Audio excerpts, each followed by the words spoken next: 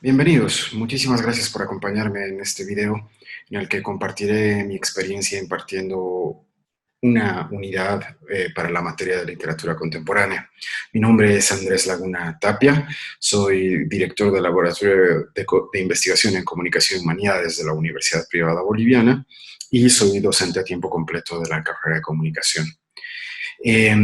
Como les decía antes, este pequeño video sirve para compartir un poco la experiencia que tuvimos en la carrera de comunicación impartiendo la materia de literatura contemporánea.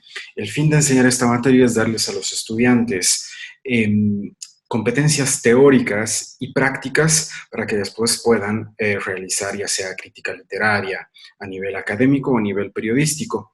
Por tanto, lo que tenemos que hacer es cubrir como de manera muy general distintos aspectos que les pueden dar competencias para después poder escribir textos comunicacionales relacionados con la literatura.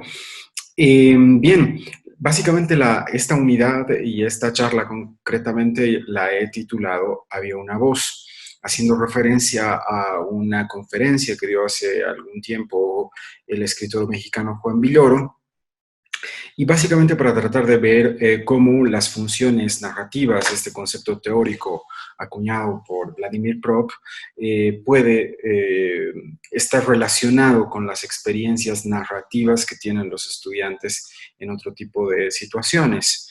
Por tanto, ahora un poco les quiero compartirles cómo estructuro la materia y qué herramientas utilizamos para impartirla. Les voy a compartir la pantalla de mi presentación PowerPoint, que esa evidentemente es una de las grandes herramientas para dar clases a nivel virtual. Y bien, por tanto, como les decía antes, el título de esta conferencia es Había una voz, la importancia de las funciones narrativas en la vida cotidiana. Bien, básicamente las funciones narrativas básicas en la literatura contemporánea fueron desarrolladas por el teórico al que ya hacía referencia, que es Vladimir Prop, en un texto canónico y absolutamente clásico de la narratología contemporánea, que es justamente la morfología del cuento. En la morfología del cuento, Prop va a desarrollar justamente un modelo en el que nos explica cómo los cuentos fantásticos tienen funciones, que son elementos que se van repitiendo en el cuento, y elementos variables, ¿no es cierto? Que son lo que hacen que cada cuento sea singular, particular, distinto el uno del otro. Por tanto, un poco en esta unidad lo que yo buscaba enseñarles a los estudiantes es cómo aprender estas funciones y cómo funcionan estos conceptos, ¿no? Bien, ¿cuáles eran los objetivos de aprendizaje fundamentales? Primero que el primer objetivo es que los estudiantes sean capaces de explicar los principales modos narrativos literarios, es decir, que sean capaces de explicar estas funciones narrativas, que son muchas, que son 31 y que pueden ser complejas y que pueden ser un poco áridas para estudiantes, sobre todo que están casi comenzando la carrera, ¿no? En segundo año. Como pueden ver, son muy extensas y muy complejas. El segundo objetivo de aprendizaje era cómo hacer que los estudiantes sean capaces de relacionar justamente estos conceptos teóricos, que puedan explicarlos evidentemente, con las narraciones cotidianas con los que ellos tienen mayor relación, ya sean cuentos infantiles, obras literarias, entre otras cosas, ¿no? Bien, por tanto, la metodología antes de comenzar la clase, ¿cuál es la metodología que tengo? Yo lo primero que hago es darles un texto que es relativamente difícil, o sea, un texto de Prop, más o menos 30 páginas extraídas de la morfología del cuento, que son áridas, que son difíciles, que son un reto para ellos, y que más que darles certezas les provoquen dudas, ¿no? Y que ellos puedan llegar a la clase después con dudas. En la clase, ¿qué es lo que hacemos? Primero comenzamos con una explicación. Hacemos una presentación en PowerPoint en la que vamos viendo los elementos fundamentales de la morfología, las 31 funciones, perdón, de la morfología del cuento. Vemos las 31 funciones, las aclaramos, las vamos discutiendo. Yo más o menos intento armar una clase dialogada, por tanto, siempre que tratamos uno voy consultándoles qué piensan, qué opinan, qué intuiciones tienen, qué les provocan justamente ellas. Luego les pido que relacionen la teoría de la narración con básicamente alguna narración personal que ellos recuerden que les sea importante una película o qué sé yo. Entonces, como en la foto que ven acá, los convierto a ellos en protagonistas. Por tanto, les pido que cada uno de ellos básicamente puedan relacionar la obra con lo que están pensando. Por tanto, aquí es una suerte de aprendizaje colaborativo, pues están aprendiendo de la experiencia y de la comprensión que tienen sus compañeros.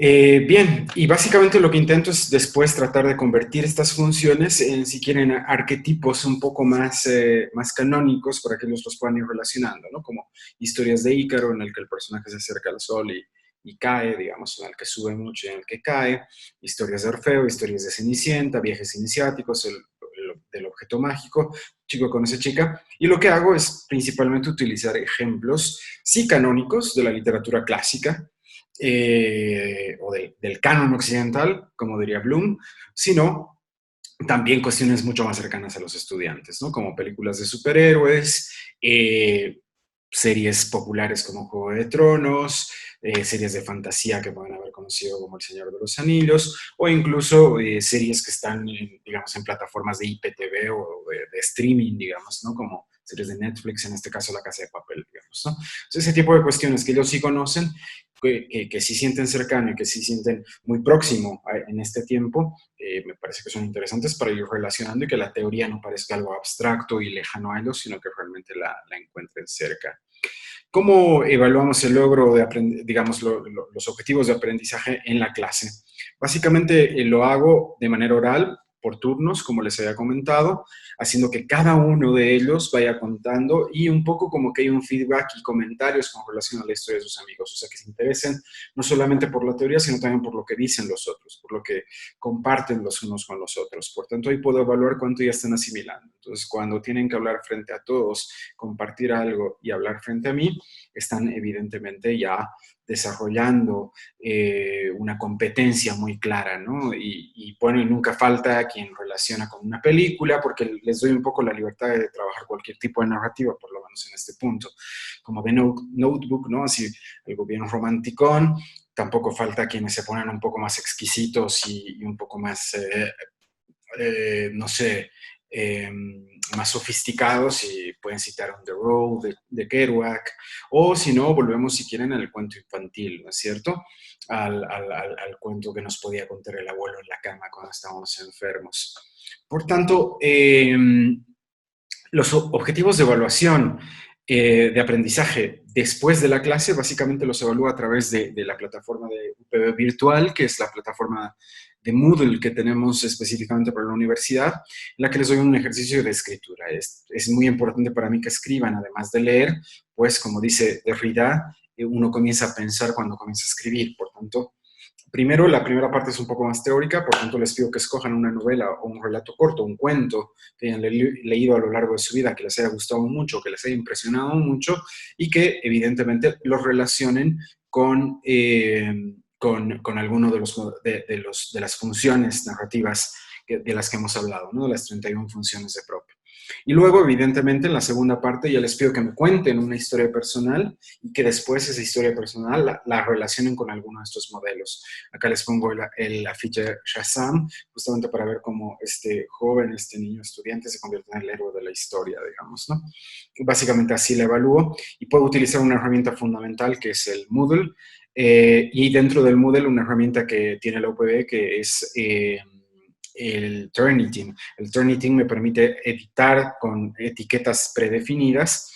Además, me permite darles feedback, comentarios, ya sea de voz o escritos, lo que es una herramienta fabulosa. Y además me permite ver si hay algún tipo de coincidencia con otro tipo de textos, ¿no? O sea, me permite ver si en algún caso los estudiantes han plagiado o no, o han copiado o no, o han utilizado algún trabajo pasado o no. O sea, es una herramienta buenísima. Y bien, la conferencia se llama Había una voz y quizá a esta altura se preguntan por qué era Había una voz, si la frase canónica con la que comenzamos los cuentos es el Había una vez. Esa referencia a Juan Villoro era que Villoro decía que evidentemente cuando nos comenzamos a relacionar con la literatura, cuando somos muy niños, nos cuentan historias que comienzan con el Había una vez, pero quien nos cuenta la historia generalmente es algún ser querido Es esa voz la que nos acompaña. Por tanto, la relación que tenemos con la literatura es una relación afectiva que va desde que nosotros somos niños. Y eso es justamente lo que me interesa explotar en esta clase. Por tanto, el uso del Zoom, el uso de plataformas digitales, incluso plataformas para para corregir o para calificar, son muy útiles, pero principalmente la gran tecnología que yo utilizo en mi clase es la tecnología más potente de realidad virtual que yo conozco, que es la memoria. Por tanto, lo que me interesa es rescatar esa voz que configuró su relación con la literatura y relacionarla con la teoría, para que al fin y al cabo logremos justamente llegar a ese leyeron felices para siempre, para que aprendan a amar la lectura y a escribir, a hablar sobre lo que leen, que es creo una de las funciones fundamentales de la teoría literaria para un comunicador. Por tanto, inspirándonos en Alonso Quijano, ese hombre que fue moldeado y se convirtió en un personaje inmortal en Don Quijote de la Mancha a través de la lectura, lo que quiero es que los estudiantes se hagan uno con esa literatura que amaron y que van a amar. Muchas gracias.